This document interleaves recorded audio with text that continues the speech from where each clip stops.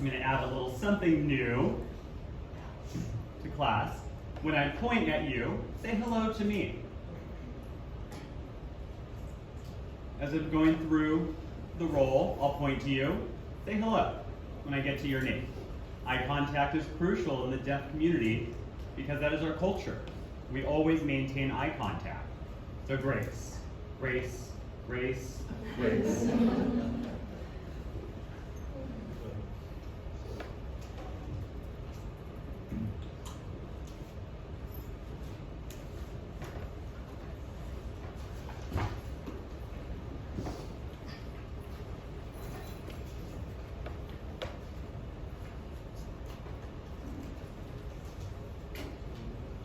You just completed last weekend's discussion boards, correct? You had 2 of them. The second discussion board that you completed was in regards to history of the Black deaf community. So what did you learn from that article and that reading? Who would like to share? Yes. I learned that it was even discrimination amongst the deaf community, like segregation.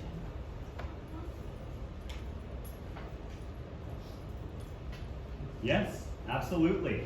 Absolutely.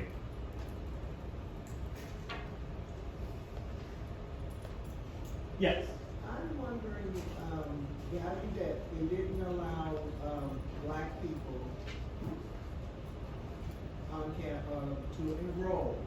Right, in the past. Was that a government issue, or was that just they had evolved? That was the university's policy. Okay. That was, and that was Thomas Gallaudet's son, Edward Minor, who established Gallaudet University. And he, again, as we mentioned before, didn't even want women attending the college. He didn't believe that women should attend alongside men.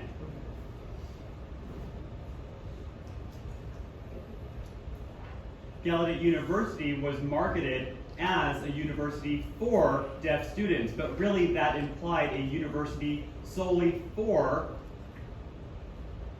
well, a university that was also intended for training hearing individuals how to work with deaf people.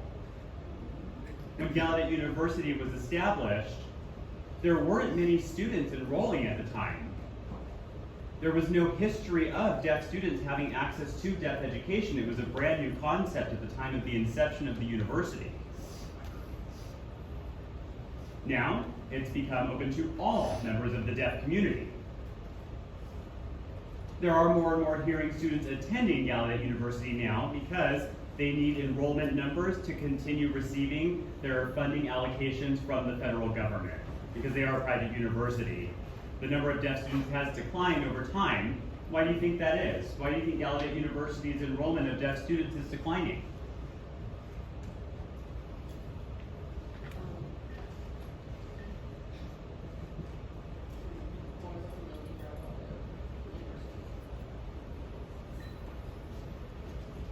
Yes, Emily. More facilities at other universities. Right, deaf people have access to all universities now. There are interpreting services and disabled student services provided at universities now for deaf students. Going into the school for the deaf, when they had told me that I was perfect for Gallaudet, I went in 6th, 7th grade, and I had a great mainstream program. It was phenomenal. And then I went to the school for the deaf in Riverside, and they said, oh, you can transfer directly into Gallaudet University. And they told me this when I was in the 7th grade. They knew this by the 7th grade. So I was thinking, I don't want that. I never went to Gallaudet University.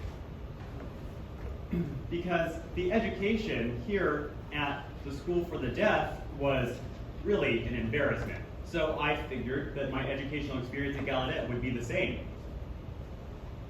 My first community college that I attended was RCC.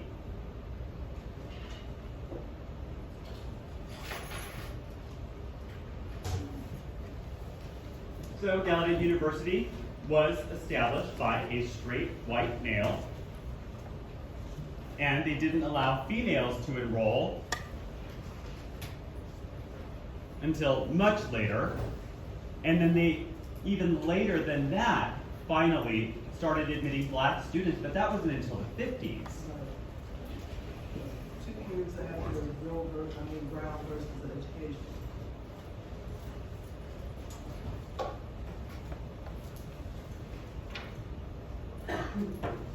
Right? Right?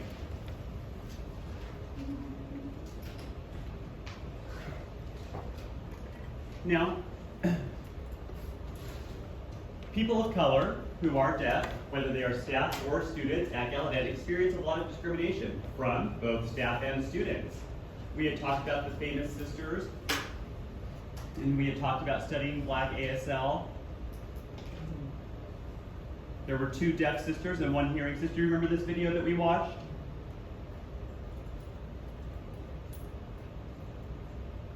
The 3 of them experienced discrimination at Gallaudet, at work, from their colleagues, at a university level. There's a lot of stories being shared amongst people of color within the deaf community about what is going on at Gallaudet.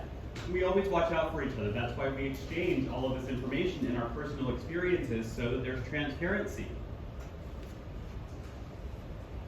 As far as my friends who identify as Mexican, they will share information pertaining to the Mexican community and information that might benefit me in regards to oppression or discrimination. So what else did you learn from the discussion board post and the readings?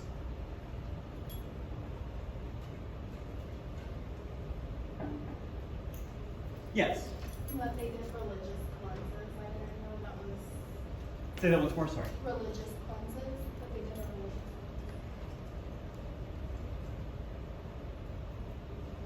Yes. Mm-hmm. Yeah, absolutely. Now, today, we're going to talk about the segregated Georgia School for the Deaf, which ran from 1882 up until 1975. And the story behind this is pretty extensive. We'll get a little into the state legislation. So the political and social climate of the American South during the 1800s looked like what? What could we expect from that environment?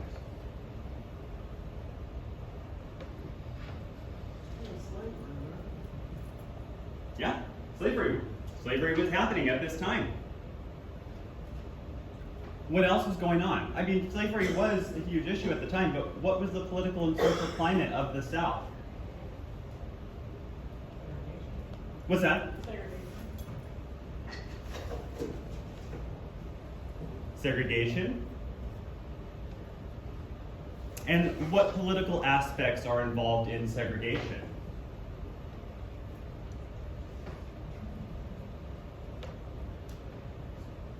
Yes.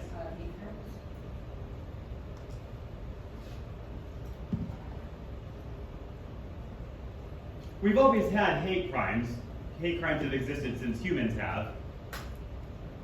But politically, what was going on in the U.S. at this time?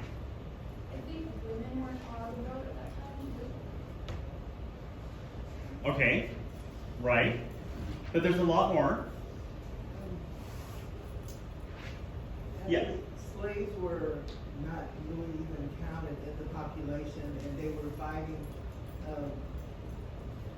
to get And at also- least a third, for them to be accounted as a third of a person, rather than none at all.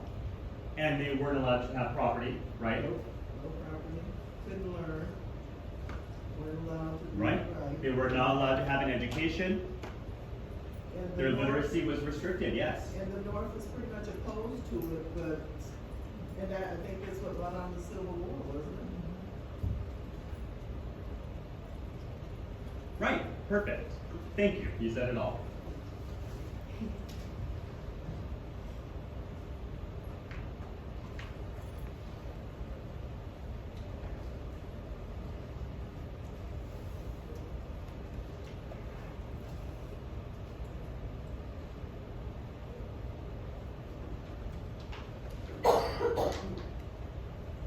Prior to the 1830s, there was no interest in supporting deaf children at all.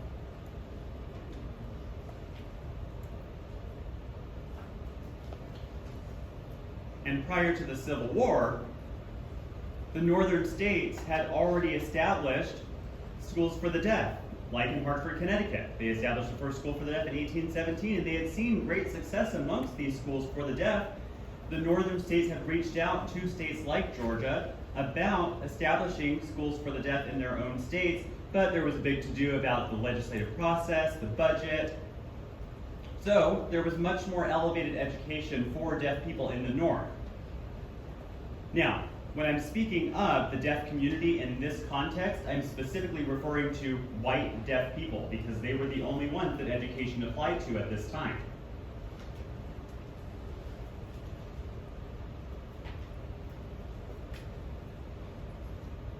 After the northern states had established their education systems for deaf students,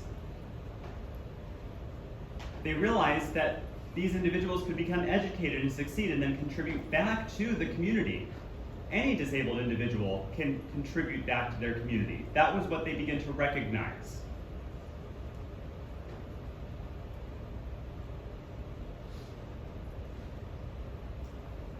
They also recognized that the state would collect quite a bit in taxes by establishing state schools for the deaf within their boundaries. So there was a benefit to this, but Georgia was adamant about not establishing a school for the deaf. They had a very old-fashioned way of thinking.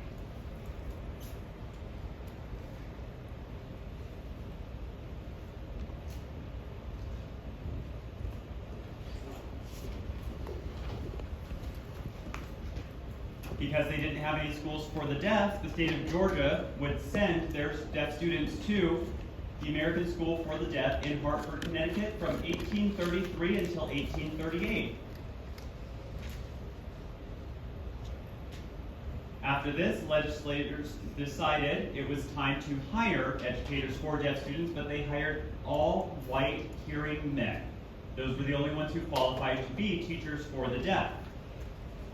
And the school that they founded first was Cave Spring, which was Georgia Institute for the Deaf and Dumb. This isn't in your book. This information is not included in your book. I took this from a different history book.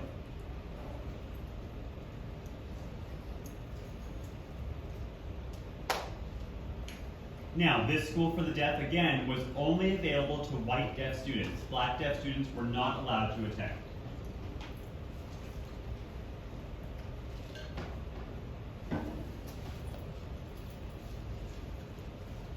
Obviously, during the Civil War, the school was suspended while they housed soldiers on their campus, as we talked about before. Now, who won the Civil War?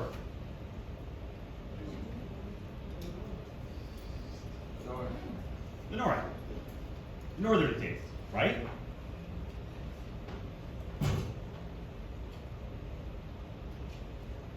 Now, thanks to the Civil War, the black community and the individuals within the black community earned more rights. The right to vote, and finally, within the black deaf community, the right to have an education. And this applied to southern states.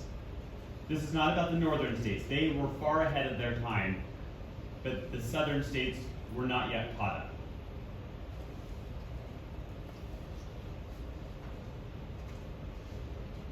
Finally, schools for the deaf were established for black students very, very late in the game in the following order. North Carolina in 1868. These are all segregated schools for the deaf. All of these are segregated. So North Carolina got their state school in 1868. When did the American School for the Deaf open? 1817. Look how much time has passed. 51 years. And black deaf children had no education that entire time. Maryland established their own school for black students in 1872. Another 60 years later. South Carolina, yes? And in 1817, where was the first school for the deaf? It was in Hartford, Connecticut.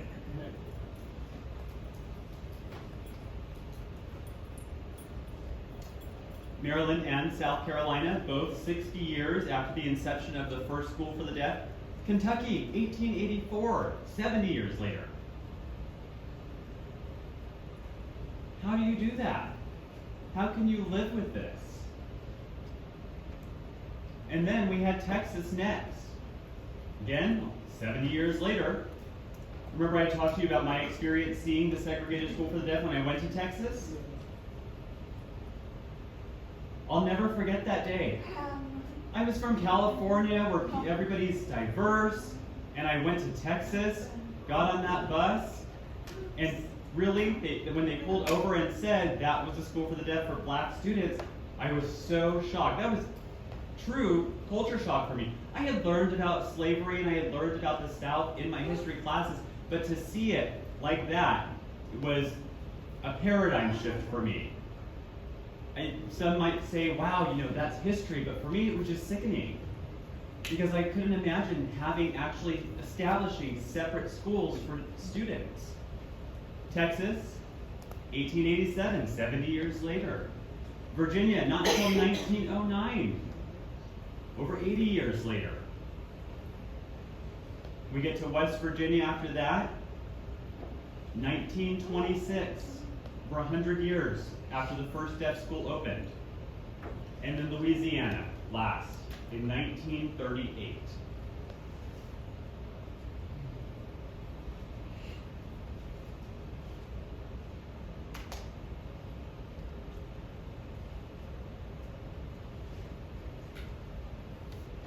Now that deaf schools are integrated, again, we still see systematic oppression in place. We see academic tracks and vocational tracks established. Who do you think is going on the vocational track? Which students are being sent through vocational training? Who is it? Who is going? Minorities. Yes. Minorities.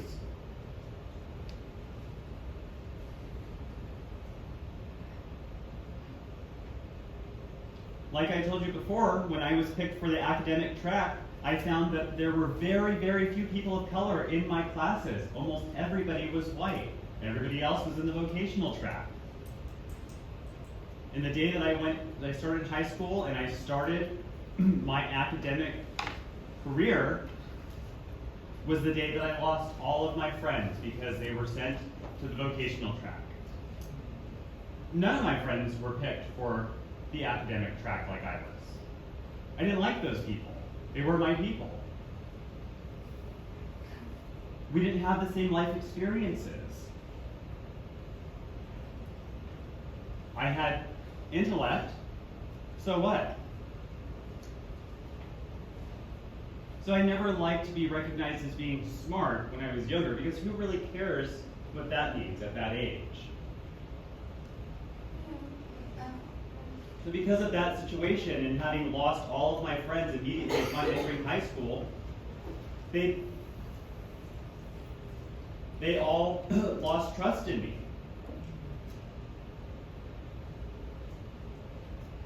I had risen above. I had elevated. Do you think that I enjoyed that experience? Because I didn't. And my best friend, the one that I was raised alongside, was sent to the vocational track. She's much darker than I am. A lot of my friends were. So it took me a few years to really think about how to overcome this system.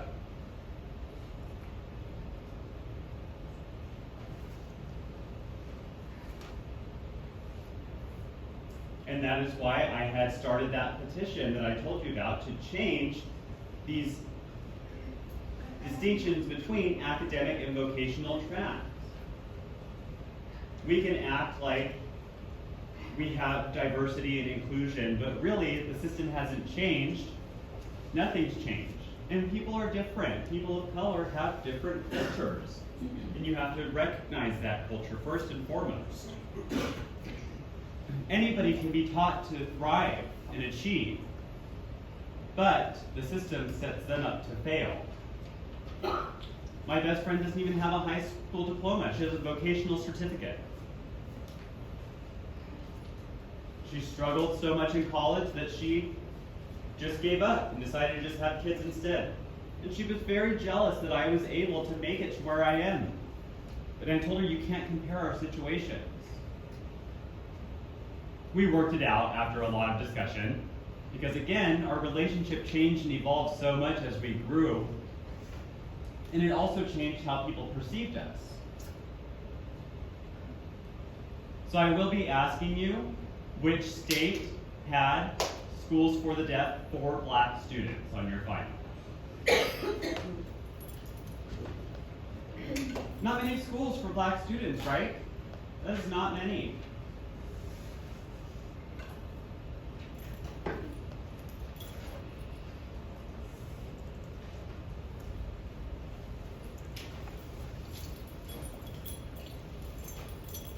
After the Civil War, they finally established this school for the deaf in Georgia.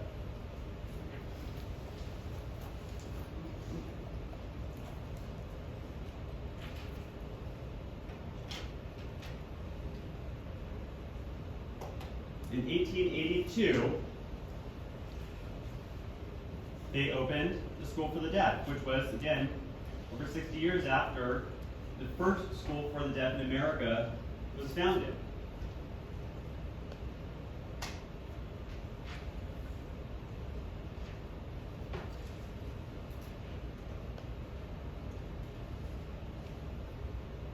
People will never cease to amaze me with their ignorance.